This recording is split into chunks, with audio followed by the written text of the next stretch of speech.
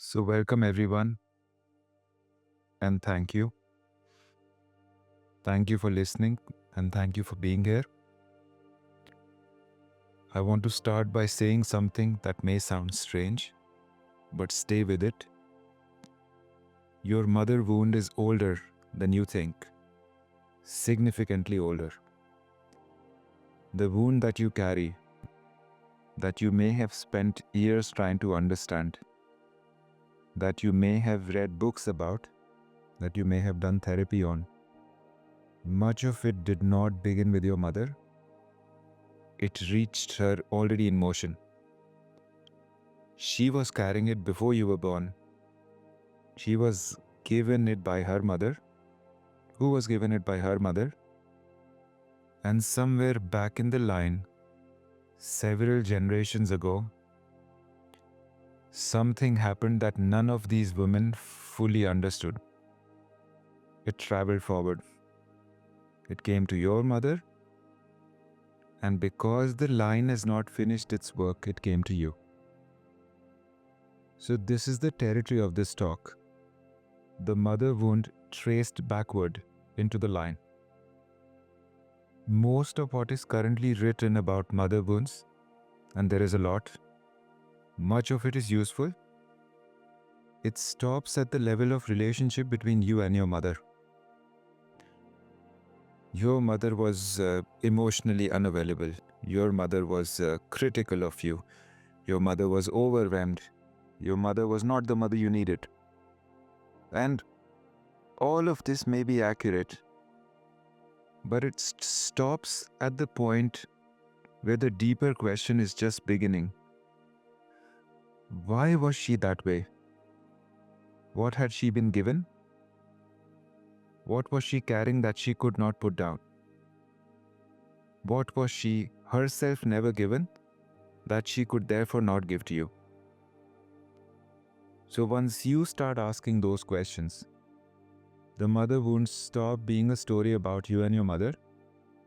It becomes a story about a line of women, stretching back several generations, none of whom received what they needed, and all of whom pass forward what they could metabolize of what they were given. So this, in my view, is the more accurate frame. It is also, in my experience, the one that produces actual healing. The story of my mother failed me keeps you locked in a small grievance with one person who is now either elderly or dead. And the story of the line had not finished its work, and it came to me to do some of it, releases you to something larger, more honest, and more workable. So if you're someone who's been carrying a mother wound and is willing to look at it from this larger angle, welcome. Let me say more carefully who this is for. This is for somebody who has probably done some work on the mother wound already. Or to simplify it, you know that your relationship with your mom was not perfect. Something happened, something didn't happen. You've read a few books, you might have watched videos, you've possibly done some therapy, you're very aware of the patterns, and you also named what was missing. You might have worked with your inner child. And quietly, you're still finding that the underlying material does not fully resolve anything. The therapy helps, the books help, but something underneath is still present, persistent, often surfacing in its own intimate relationships, in their relationship with their own children, if they have them, or in a quiet voice that still says, I am not enough, I am too much, I am not what was wanted. This is for the person who has begun to suspect that the small story is not big enough to explain what they are carrying. That something in them, some grief, some hunger, some sense of not having been received, is older than their own life. that their mother, while imperfect, and that something larger than her must have been at play for the wound to be as deep as it is now. This is for the person who is open or interested in family systems, ancestral patterns, generational inheritance, systemic work, or who has never heard of these terms but is simply open. This is for the daughter, but also for the son. So remember, the mother wound is not gendered. It is the wound of having a mother who could not fully receive you. And I'll say this again, it is simply the wound of having a mother who could not fully receive you. And that is a human wound, not a female one. So, if any of that recognizes you, then welcome. Take what serves you, leave what doesn't. So, let me first begin with a clear definition, because the term has been used loosely enough that it is worth being precise here. The mother wound is the specific psychological, emotional, and somatic injury produced when a child does not receive from their mother the quality of attunement, presence, and reception that the child needed in order to feel fully welcome in their existence. This is not the same as having a bad mother. Most mothers who produce mother wounds in their children are really doing their best with what they have. So, they are not failing on purpose. They are, in some ways, unable to give what is needed, often without quite understanding why. The wound shows up in adulthood in patterns that most readers will recognize. Difficulty receiving love even when it is being offered. The persistent sense of not being enough or being too much. A complicated relationship with one's own body, particularly for daughters. Difficulty with female friendships. A sense that there is something fundamentally welcoming about the universe that one has to constantly work against. The fear of becoming one's mother, the fear of disappointing one's mother, the fear of being like one's mother, or the grief of having had a mother who was not fully available to receive you as you were. So these are real patterns. The mother wound, properly named, is a real thing, and it deserves the attention it has received in the recent years. The standard literature on this is largely accurate as far as it goes, but where it stops being adequate is the question of why. Why was your mother that way? And most of the existing literature gives a version of these two answers. Your mother had her own unprocessed material from her childhood, so she could not fully meet you. And second, your mother was operating within structures that constrained what she could give. Both of these are true. Both of these are useful. But both, in my view, are incomplete.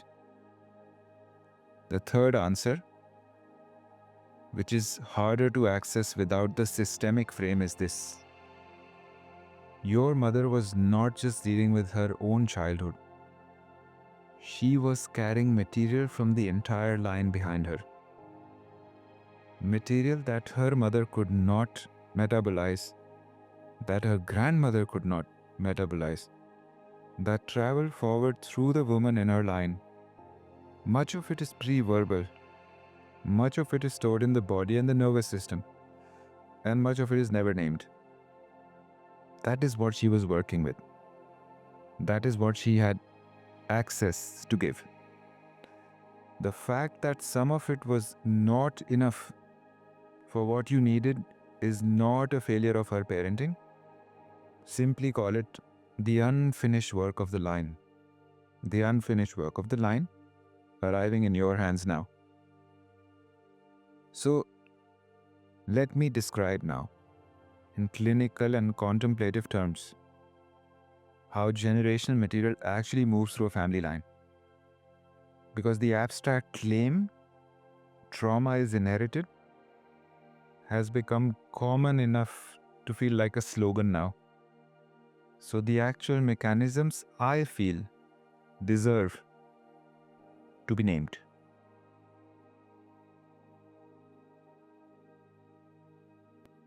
The first mechanism is the most obvious: pattern transmission. A mother who was not held well as a child has not learned in her body what holding feels like. So when she becomes a mother herself, she does not quite have the somatic template for it. And she tries her best. She loves her child. A specific quality of physical and emotional holding that a young child requires is partly missing. And remember, it's not from lack of love, it's from lack of having received it herself. And then the pattern continues forward. The child grows into an adult who, despite all their work, has the same somatic gap to overcome when they become a parent. And this continues until someone in the line does enough work to interrupt it. And that is one mechanism. The second one is more subtle. Children in their early development are attuned to unspoken material in the field around them. Children register what their parents do not say. They register what their parents are working hard not to feel. They register the stories that have not been told in the family.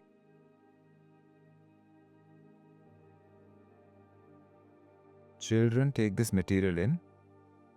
They do not metabolize it consciously. They store it. And as adults, they often carry feelings, fears, patterns whose origin they cannot name. Because the material they are carrying was never theirs to begin with. It was unprocessed material from the field that they have absorbed before they had the language to name it. And third mechanism is what we now know about epigenetics. That trauma changes gene expression in ways that can be passed to subsequent generations. The studies on the children and grandchildren of Holocaust survivors, of those who lived through the Dutch hunger winter, all show measurable shifts in the stress response systems in people who'd never directly experienced the original trauma. So what that tells us is that the body, in some literal sense, is carrying material from events it never witnessed. And the science here now backs this up. The contemplative traditions have been describing this for thousands of years, and vocabulary has finally caught up. So the last fourth mechanism is the systemic one. And this is harder to evidence in the scientific community, but which clinicians who work with family constellations encounter regularly. There is, in family systems, something called a family soul. So you can call it a kind of collective unconscious that holds unfinished material from the system and in some way distributes it to members who carry it. When something in a family system is not dealt with or processed, example, a death not grieved, a birth not welcomed, an exclusion not acknowledged, the system, in its drive towards completeness, will assign that unfinished material to a later born member who is available to carry it. And this is the mechanism by which descendants of a family that has had a serious unprocessed event will often, generations later, manifest symptoms of that event without having any conscious connection or memory to it. So once again, these four mechanisms, pattern transmission, field absorption, epigenetic inheritance, and systemic assignment, they operate together. They are different angles on the same phenomena, which is that human beings live inside family fields that contain materials from generations back. And we like it or not, that material affects us. So let me bring this concrete now. Let me invite you now to think about your own line. You have a mother. She had a mother, your maternal grandmother. Then your grandmother had a mother, your maternal great-grandmother. And 3 generations of women before you on your maternal line. Most readers will know something about their grandmother. Many of you will know nothing about your great-grandmother. And the further back you go, the thinner the information. And this itself is meaningful. The thinning of information is often where unprocessed material lives. Take a moment now to consider what you actually know about your maternal line. Not what your mother is like right now. What was her childhood like? What was she given? Was her own mother emotionally available to her? Was her father present? What was the family situation when she was small? What were the major events in her maternal grandmother's life that shaped her capacity to be the mother? And before that, your great-grandmother. What kind of life did she have? What was happening historically when she was raising your grandmother? Was there war, migration, famine, religious persecution? Was there loss of land? Was there loss of children? Was there a forced marriage? Was there addiction? Was there poverty? What was she carrying when she had the woman who became your grandmother? And most people, when they sit with these questions, find that they can identify at least one significant unprocessed event somewhere on the line, often within these 3 generations. A grandmother who lost a child she rarely spoke of. A great-grandmother who emigrated due to harsh conditions. A line of women who married men they did not love. A maternal grandmother who did not receive the love she needed. Therefore, she could not give it to her daughter, your mother, who could not give it to you. When you locate one of these events, something interesting happens. Your understanding of your mother shifts. She is no longer then just the woman who failed you. She is the woman who was given by her mother what her mother had been given by hers, with one or more unprocessed event bending the line. So she did her best with what she had. Saying it without awareness of this makes no sense. Actually understanding something may have happened, and then slowly coming to the understanding she really did her best with what she had. That can land slowly. What she had was constrained by what came before her. And that absolutely does not excuse the harm she may have caused. And remember this, no healing work is done for you to forgive anybody.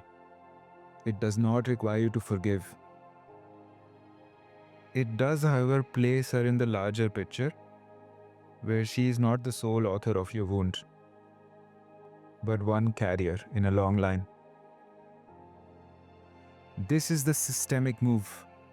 It does not erase the mother wound.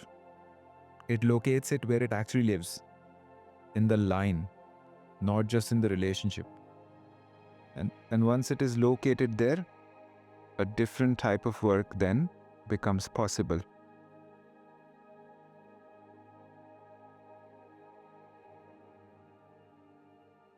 Now,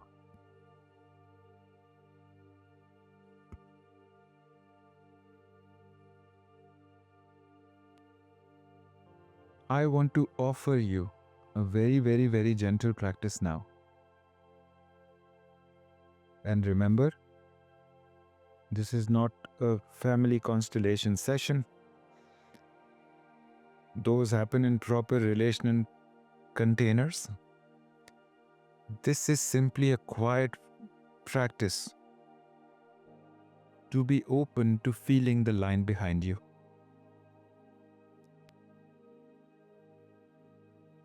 You can do this whichever way you feel comfortable.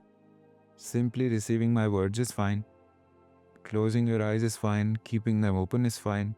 Softening your gaze is fine. Whatever works for you. So, just begin now by letting the body settle first.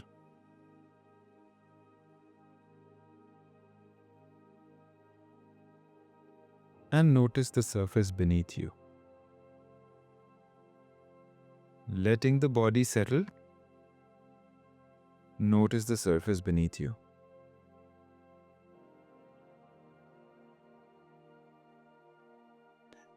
And take a few slow breaths now.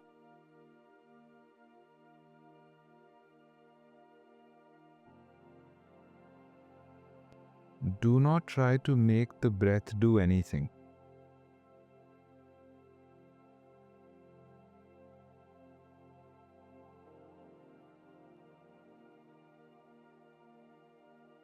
Every breath that you take now, the body begins to settle, and you may be a little bit more aware of the surface beneath you.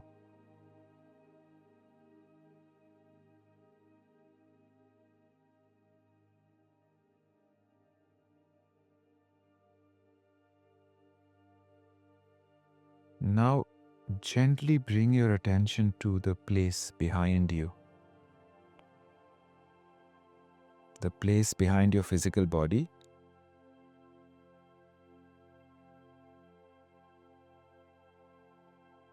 Imagine now gently that behind your body is your mother or your mother's energy. Whether she is alive or in spirit, whether you're close or estranged, whichever.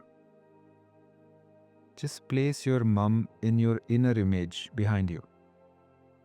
Not in front, behind you, as if you are standing in line with her at your back.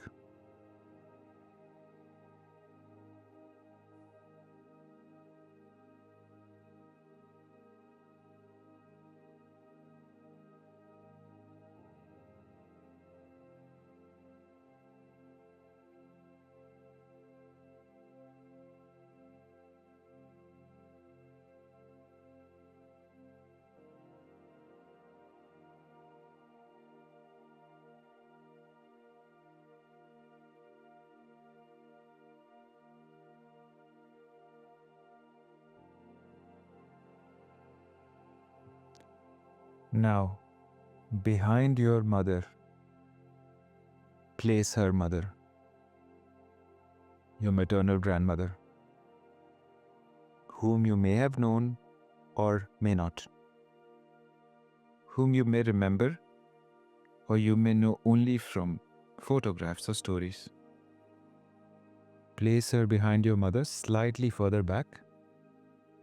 And again, you cannot get this wrong. Whatever is showing up for you, even if it's a knowing, if it's a presence, if it's an energy, or you can actually see something in your mind's eye, the work is happening. Behind your grandmother, there is your great-grandmother, whom you almost certainly did not know, whom you may know nothing about, and that's okay. Just sense these women behind you, generally in the line. You're in front, your mom is behind you, your grandmom is behind her, and your great-grandmother is behind her.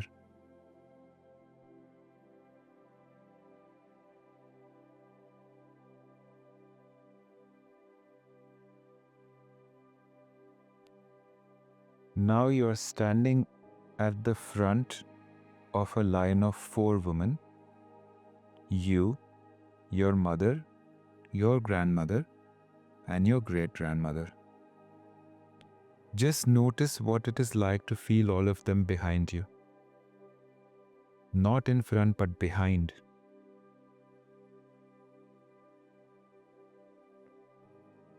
Notice what your body does when you place yourself in this position. Sometimes there's a small relaxation, as if a weight has shifted to the right place. Sometimes there's grief that arises, and sometimes there's something which is very hard to name. All of these are fine. Just notice.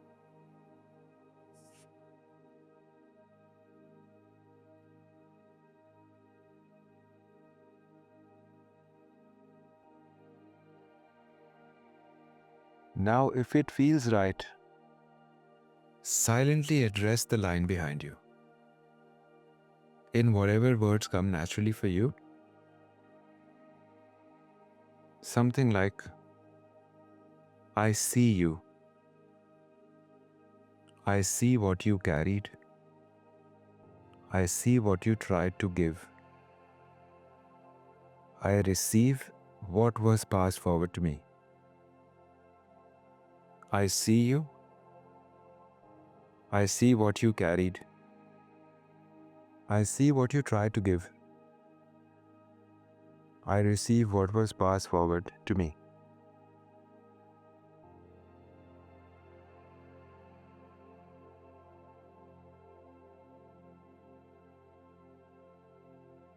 You do not need to forgive anyone. You also don't need to fix anything.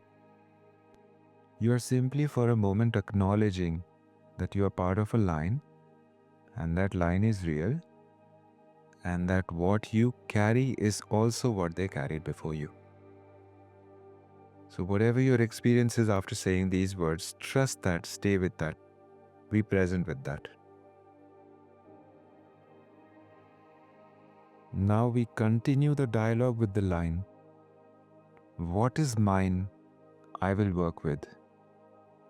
What is not mine, I will return to you with respect.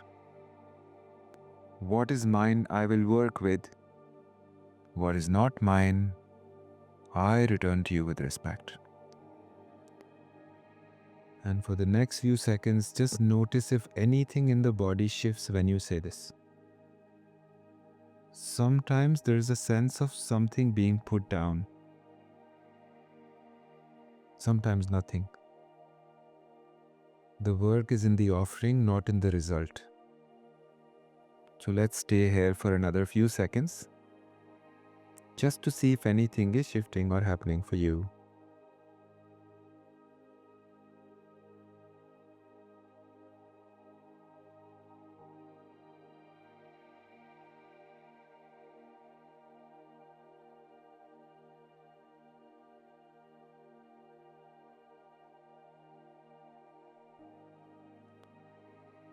Now put your left hand on your heart, if you can.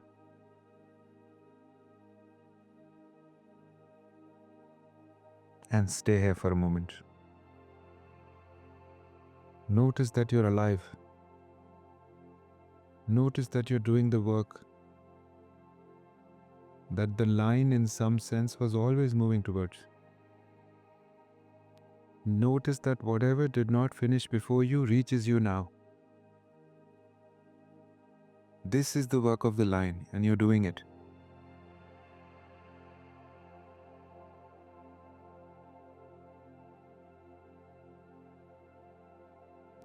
Now, if you're in some sort of a process, you're very welcome to pause this recording and stay here. When you're ready, just bring your awareness back. Take one more deeper breath. And welcome back. Now, I want to say something important about the systemic work because it is very easy to misunderstand. The point of seeing your mother wound in the line is not to take on more than you already are. It is paradoxically to take on less. The systemic work, as at its heart, at its core, is a clarification of what belongs to whom. And the central insight is that most adult children of difficult families are unconsciously carrying material that does not belong to them, that belongs further back to people who could not deal with it, process it, metabolize it. The work is to name it, honor it, return it. To name it, to honor it, to return it. In the Hellinger frame, every member of a family system has the right to carry their own life fully. Children carry their own lives. Parents carry their lives. Grandfathers, grandparents carry theirs. And when the system is in proper order, each generation does its work. And when the system has become disordered through trauma, exclusions, unprocessed events, that's when children sometimes unconsciously take on what their parents could not finish. So, this is the final piece, which is important. That your mother may have also carried what was not hers. Your grandmother may have also carried what was not hers. So each woman in the line did her best with the material that belonged to those that came before them. And recognizing this lets you see your mother not as a failure, but as a fellow carrier. Someone who, like you, was given more than she could metabolize, and who did her imperfect, real, and often loving best with what she had. And that recognition is not rationalization. It is the truth of how lines work. It is the beginning of a different relationship with her, whether she is alive or dead, than the relationship of grievance most of the modern mother wound literature leaves you with. So, if you think you're carrying the mother wound, please hear this. The wound is real, the grief is appropriate, and your mother was not the mother you needed. None of that requires any revisiting. And also, your mother was a woman in a line of women, given material that did not fully belong to her, doing her imperfect best with what she had. The wound that came to you came through her, but it did not begin with her. Now it has reached you. And with all the resources of your moment in history, therapy, contemplative practice, books, conversation, maybe this time, you have access to capacities that women earlier in the line did not have. You can do what they could not. So, this reframes the work. The mother wound is not a misfortune that happened to you. It is in a longer view an inheritance that arrived at the right moment to do the work that the line had been working on for several generations. Your work on it is not just for you. It is for all those that came before you. So, this, I think, the more honest and more dignifying frame, it does not erase grief, but it places it where it belongs. In the line, in the history, in the longer story of women who came before you. And it gives your work a meaning beyond personal recovery. So thank you for listening. Thank you for being here. Thank you for letting me be your guide. Thank you for sitting with this difficult sacred territory. Thank you for being the one who's willing to look back than what the standard story allows. So take care of the wound, honor the line, and trust that what you're doing has a longer arc than your own life. Until next time, namaste, thank you.